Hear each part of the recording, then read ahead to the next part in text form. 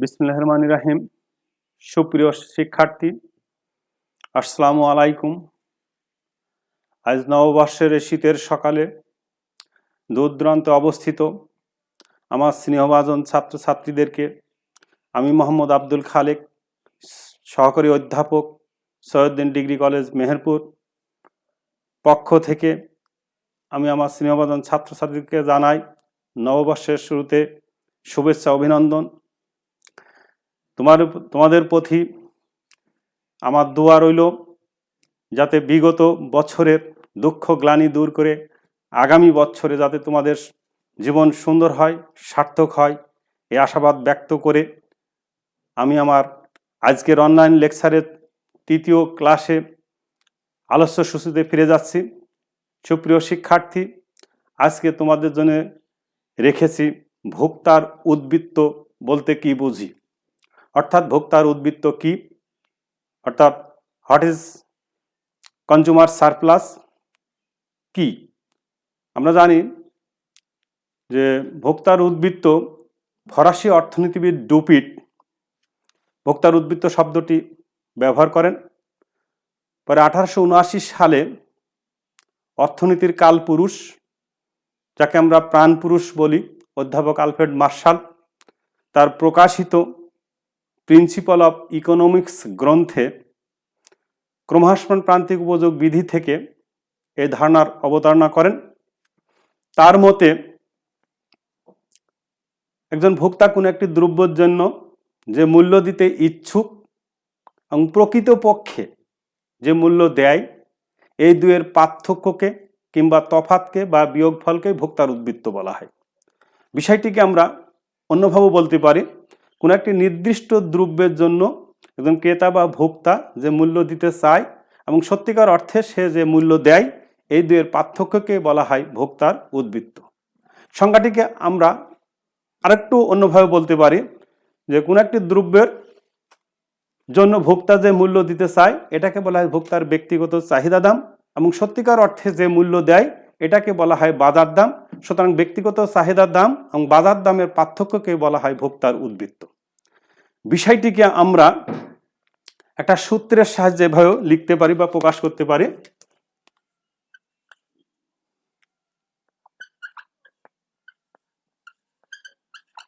ভোক্তার উদ্বৃত্ত সমান ব্যক্তিগত চাহিদা মাইনাস বাজার চাহিদা, এভাবে বলতে পারি। আবার বলতে পারি এটা, অথবা বলতে পারি যে ভোক্তার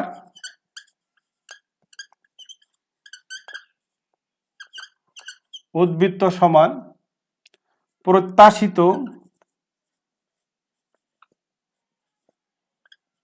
দাম মাইনাস বাজার দাম, অথবা প্রকৃত দাম। বাজার দাম বলতেও পারি, প্রকৃত দাম বলতে পারি, প্রকৃত দাম। এভাবে আমরা ভোক্তার উদ্বৃত্ত সূত্রটাকে লিখতে পারি যে ভোক্তার উদ্বৃত্ত সমান ব্যক্তিগত চাহিদা দাম, ভোক্তার ব্যক্তিগত চাহিদা দাম, ব্যক্তিগত চাহিদা দাম, কথা ব্যক্তিগত চাহিদা লিখতে, হ্যাঁ ঠিক আছে, ব্যক্তিগত চাহিদা এবং বাজার চাহিদা, অর্থাৎ ব্যক্তিগত চাহিদা এবং বাজার চাহিদার পার্থক্যকে বলা হয় ভোক্তার উদ্বৃত্ত। আবার আমরা সংজ্ঞাটাকে এভাবে বলতে পারি যে ভোক্তার প্রত্যাশিত দাম এবং প্রকৃত দাম, এই দুয়ের তফাৎকেও বলা হয় ভোক্তার উদ্বৃত্ত। তাই অধ্যাপক মার্শাল বলেছেন, কোন একটি দ্রব্য ক্রয়ের ক্ষেত্রে ভোক্তা যে মূল্য দিতে চায় এবং সত্যিকার অর্থে যে মূল্য দেয়, এই দুয়ের পার্থক্যকে বলা হয় ভোক্তার উদ্বৃত্ত। এ হচ্ছে ভোক্তার উদ্বৃত্তের সংজ্ঞা এবং তার সূত্র। বিষয়টিকে আমরা একটা সংক্ষিপ্ত একটা উদাহরণের মাধ্যমেও ভোক্তার উদ্বৃত্তকে ব্যাখ্যা দিতে পারি বা বোঝাতে পারি।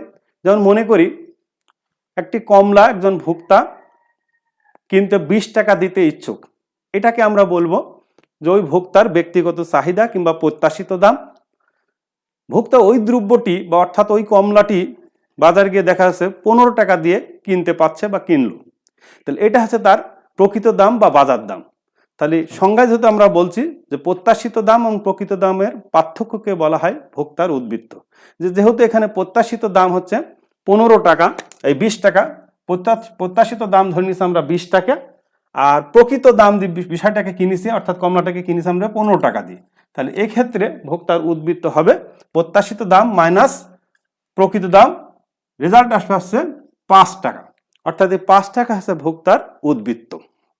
এভাবে আমরা ভোক্তার উদ্বৃত্তকে সংজ্ঞায়িত করতে পারি, আমরা তার একটা সূত্র দিতে পারি এবং একটা ছোট্ট আকার একটা উদাহরণের মাধ্যমে ভোক্তার উদ্বৃত্তকে কি জিনিস সেটা আমরা বোঝাতে সক্ষম।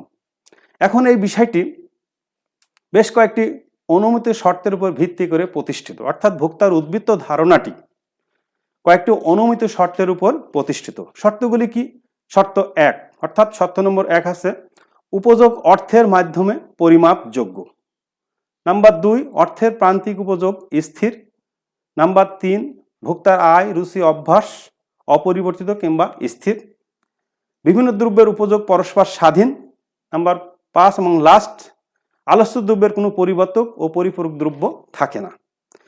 এই হচ্ছে ভোক্তার উদ্বৃত্ত ধারণাটির কতকগুলি অনুমিত শর্তসমূহ। এই অনুমিত শর্তের সময়ের উপর ভিত্তি করে ভোক্তার উদ্বৃত্ত ধারণাটিকে অধ্যাপক মার্শাল দুটি ভাগে ব্যাখ্যা করার চেষ্টা করেছেন।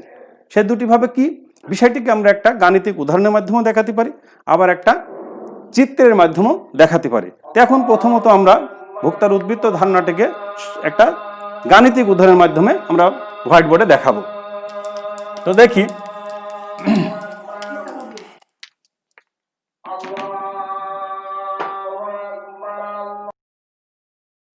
ধারণাটিকে আমরা এখন একটা সূচি এবং চিত্রের মাধ্যমে বিশ্লেষণ করতে পারি। বিষয়টিকে প্রথমে আমরা একটা সূচির মাধ্যমে দেখানোর চেষ্টা করব। তো দেখা যাক, হোয়াইট বোর্ডে আমরা লিখে নিচ্ছি ইতিমধ্যে যে দ্রব্যের পরিমাণ, সে দ্রব্যটি আমরা কমলা ধরতে পারি, আপেল ধরতে পারি, কলা ধরতে পারি, যে কোনো একটা দ্রব্য আমরা বিবেচনা করে নিতে পারি। তো আমরা এখানে একটা দ্রব্য কমলা হিসেবে বিবেচনা করে নিয়েছি। মানে কি, দ্রব্যের পরিমাণ, প্রথম কমলা যখন কিনতে যাচ্ছে বা ভোগ করতে যাচ্ছে তখন ভোক্তা বা ক্রেতা ওই কমলাটি 5 টাকা মূল্য দিতে ইচ্ছুক। অর্থাৎ এক্ষেত্রে প্রথম কমলার জন্য ভোক্তা বা ক্রেতার ব্যক্তিগত চাহিদা বা প্রত্যাশিত দাম হবে 5 টাকা। ওই কমলাটি বাজারে যে ওই ভোক্তা দেখা যাচ্ছে 3 টাকা দিয়ে কিনতে পারছে, এটা হচ্ছে তার প্রকৃত দাম বা বাজার দাম। তো এক্ষেত্রে প্রথম কমলার ক্ষেত্রে ভোক্তার উদ্বৃত্ত হবে 2 টাকা, কারণ আমরা জানি ভোক্তার উদ্বৃত্ত সূত্র অনুযায়ী যে প্রত্যাশিত দাম মাইনাস প্রকৃত দাম হচ্ছে ভোক্তার উদ্বৃত্ত। যেহেতু এখানে প্রত্যাশিত দাম বা ব্যক্তিগত চাহিদা আছে 5 টাকা প্রথম কমলা, আর বাজার দাম বা প্রকৃত দাম আছে 3 টাকা। তো 5 টাকার মধ্যে যদি 3 টাকা বিয়োগ করা যায় তাহলে থাকে আছে 2 টাকা। এই 2 টাকা আছে প্রথম কমলার ক্ষেত্রে ভোক্তার উদ্বৃত্ত। অনুরূপভাবে দ্বিতীয় কমলার ক্ষেত্রে ব্যক্তিগত দাম আছে 4 টাকা আর বাজার দাম আছে 3 টাকা। অর্থাৎ এই ক্ষেত্রে প্রত্যাশিত দাম ছিল 4 টাকা আর বাজার দাম আছে বা প্রকৃত দাম আছে 3 টাকা। তাহলে এই ক্ষেত্রে ভোক্তার উদ্বৃত্ত হবে দ্বিতীয় কমলার ক্ষেত্রে 1 টাকা। অনুরূপভাবে তৃতীয় কমলার ক্ষেত্রে ভোক্তার ব্যক্তিগত চাহিদা আছে 3 টাকা এবং বাজার চাহিদা আছে 3 টাকা। তাহলে এক্ষেত্রে কোনো উদ্বৃত্ত না, অর্থাৎ ব্যক্তিগত চাহিদা এবং বাজার চাহিদা পরস্পর সমান, তাই এখানে ভোক্তার উদ্বৃত্ত শূন্য।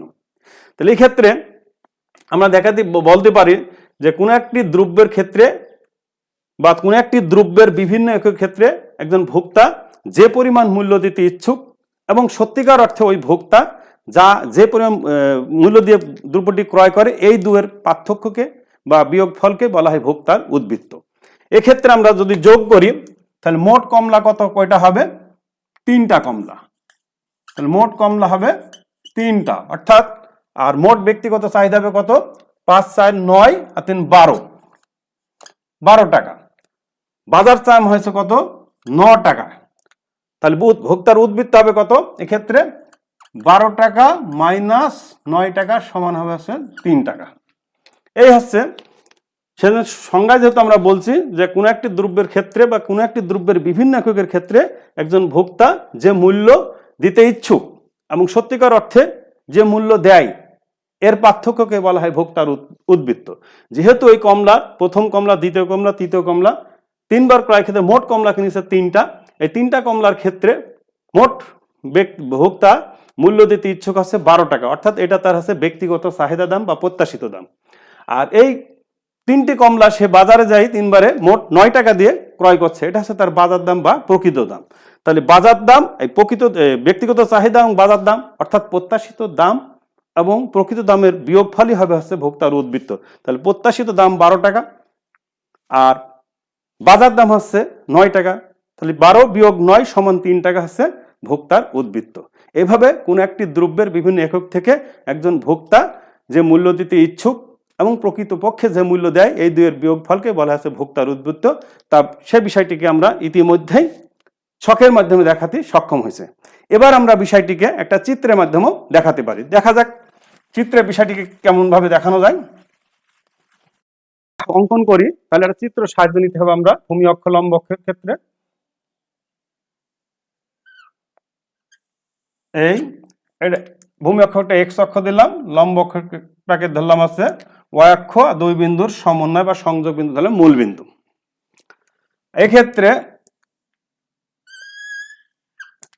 এটাকে ধরলাম আমরা চাহিদা রেখা বা দাম রেখা।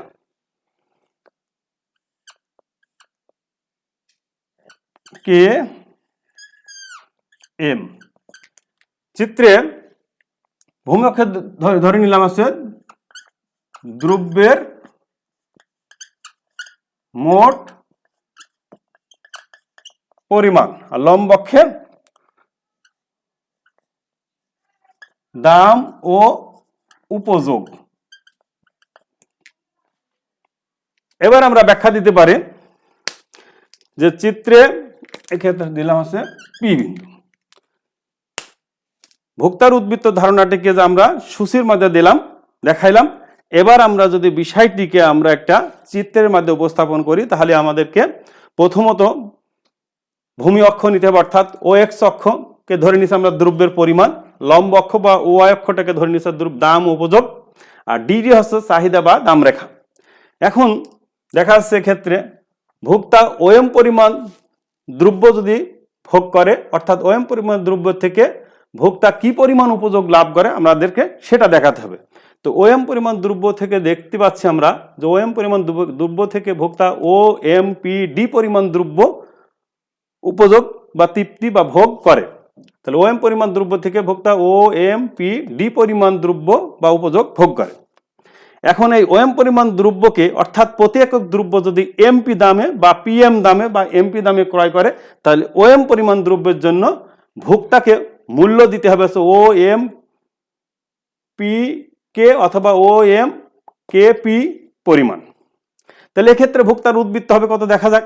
তাহলে প্রথমত আমরা পেলাম কি যে ওএম পরিমাণ দ্রব্যের জন্য বা ওএম পরিমাণ দ্রব্য থেকে ভোক্তা মোট উপযোগ লাভ করছে কত,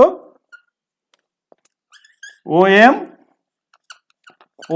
এম পি ডি পরিমাণ।